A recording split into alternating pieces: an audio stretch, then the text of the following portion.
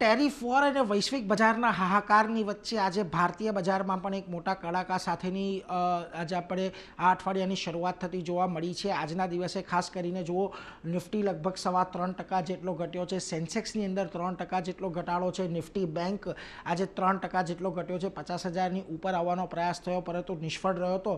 પરંતુ mid cap અને small કેપમાં પણ આજે તમને એક 3% પારનો ઘટાડો જોવા મળ્યો છે।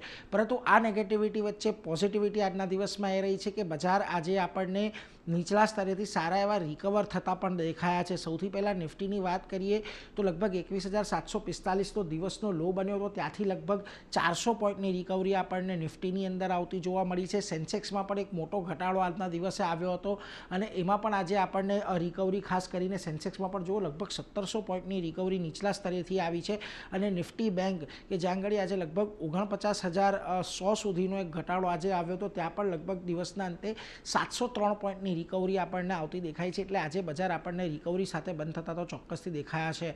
જે સેક્ટર્સ આજના દિવસમાં સૌથી વધારે ઘટીને બંધ થયા એમાં સૌથી વધારે મેટલ સેક્ટરમાં આજે આપણને મોટો ઘટાડો આવતો દેખાયો હતો। નિફ્ટી મેટલ લગભગ આજના દિવસે એક મોટા ઘટાડા સાથે જુઓ 6.5% ઘટાડા સાથે બંધ થયો। રિયલ્ટીમાં એક મોટો ઘટાડો આવ્યો। આ ઉપરાંત ઓટો, ફિન નિફ્ટી આ બધી જગ્યાએ આપણને આજે દબાણ સાથેનું જ કામકાજ ખાસ કરીને જોવા મળ્યું।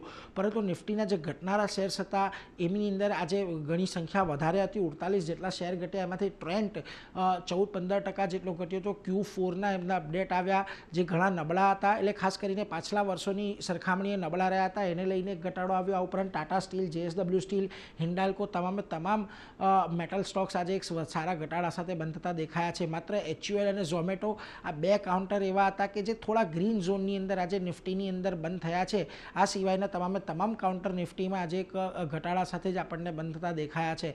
પરંતુ મિડકેપની વાત કરીએ તો મિડકેપમાં પણ આજે તમને ખાસી એવી વેચવાલી આવતી જોવા મળી અને એમાં પણ જુઓ મઝગાંવ ડોકની અંદર લગભગ 8.5%નો ઘટાડો આવ્યો। આ ઉપરાંત નાલ્કો, ગોદરેજ પ્રોપર્ટીઝ, ભારત ફોર્જ આ બધા કાઉન્ટર એવા રહ્યા કે જ્યાં આગળ આજે આપણને દબાણ સાથેનું જ કામકાજ ખાસ કરીને જોવા મળ્યું છે। હવે આજના દિવસે બીજી એક પોઝિટિવ વાત એ રહી છે કે 21,800નો જે એક સપોર્ટ હતો એ સપોર્ટ આજના દિવસે પણ નિફ્ટીએ જાળવી રાખ્યો છે ક્લોઝિંગ બેઝિસ પર, ત્યાંથી જ આપણને દિવસની રિકવરી આવતી જોવા મળી છે। પરંતુ આજે જે મોટો ગેપડાઉન થયું છે, ગેપડાઉનની અંદર હવે 22,500ને જ્યાં સુધી નિફ્ટી પાર નથી કરતું ત્યાં સુધી અહીંયાથી આપણને વધુ તેજીની અપેક્ષા નથી બનતી દેખાઈ રહી। જોકે આ અનિશ્ચિતતાની વચ્ચે ઇન્ડિયા વિક્સ જે લેવલ પર છે એને લઈને થોડી ઘણી ચિંતા બની રહી છે, એટલે કદાચ શક્યતા છે કે બજારમાં આપણને અહીંયાથી પણ ઘટાડો આવતો જોવા મળી શકે છે।